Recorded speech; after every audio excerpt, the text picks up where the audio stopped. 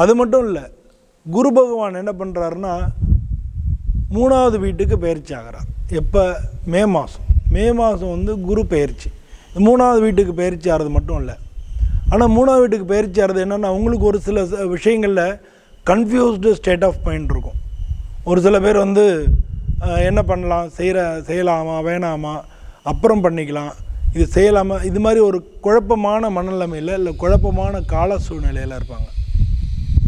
So அது தாண்டி அதே குரு பகவான் ஆகஸ்ட் மாதம் அதிசாரமாக கடகராசிக்கு உச்ச குருவாக போகிறார்.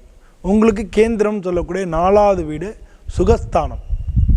அப்போ வந்து வீடு வாகனங்கள் சம்பந்தமான விஷயங்களை நீங்கள் முதலீடு பண்ணுறதுக்கும் அது சம்பந்தமான விஷயங்கள் வாங்கிறதுக்கெல்லாம் அதெல்லாம் அந்த காலம் சரியாக இருக்குது.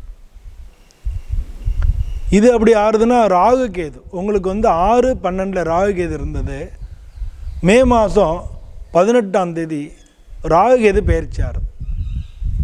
இது வரைக்கும் ராகு கேது பிடி, இந்த சனி பகவானோட ஒரு பக்கம் நான் சொன்னேன், அது மட்டும் இல்லாமல் ஜென்மகுரு வந்திருந்தது.